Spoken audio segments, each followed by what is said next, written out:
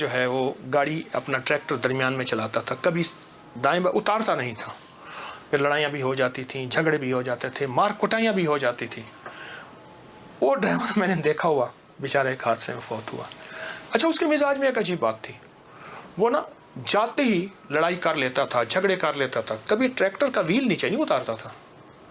جھگڑا کرنے کے بعد، سارے کچھ کرنے کے بعد وہاں پہنچتے اپنی قمیض اتارتا تھا، پولیس والوں کو کہتا تھا، تھانے والوں کو، یا جہاں کہیں اس کو لے جاتے تھے انصاف کے لیے یا جھگڑے کو ختم کرنے کے لیے، کہتے مجھے مارے، میں مجرم ہوں۔ وہ کہتے بات کیا ہے؟ کہہ رہے مارے، میں مجرم ہوں۔ اب وہ کیسے مارے؟ بات تو سنیں۔ اچھا، وہ بات تھی ایسی کہ اس کو مار پڑنی تھی، جب وہ کہتا تھا مجھے مارے تو مار پڑتی ہی نہیں تھی۔ کیوں؟ اس نے آتے اعتراف جرم کیا۔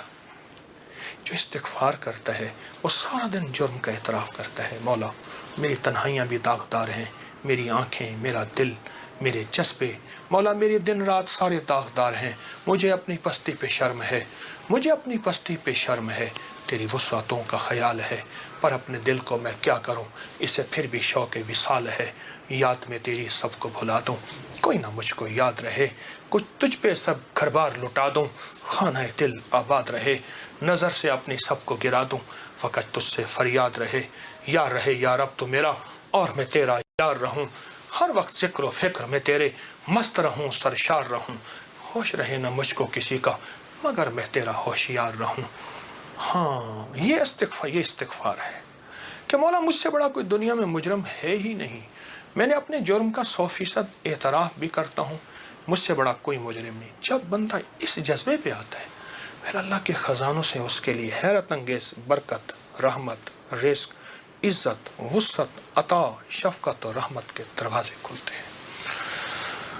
تو یہ شہداء کی یادیں ہمیں مانگنا بھی دیتی ہیں، مانگنا بھی سکھاتی ہیں، اللہ کے خزانوں سے لینا بھی سکھاتی ہیں، اور یہ شہداء کی یادیں ہمیں بہت ایک راستے اور منزل دیتی ہیں۔ آئیں ہر سال 9-10 محرم نہیں، اپنا پورا دن، اپنی پوری راتیں، اپنا سارا سال 9-10 محرم بنانا ہے اور عاشورہ کا دن بنانا ہے۔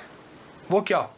مانگنے والے، سجدے نہ چھوڑنے والے، ان شہداء کی یادوں کے لیے، ان شہداء کی یادوں کے لیے، ان کی زندگی، ان کی سچی راہیں نہ چھوڑ کر اللہ کو منانے والے، دعائیں مانگنے والے، غریبوں کا خیال کرنے والے، استغفار کرنے والے، نفل پڑھنے والے، سجدے کرنے والے اور حقوق کا خیال کرنے والے۔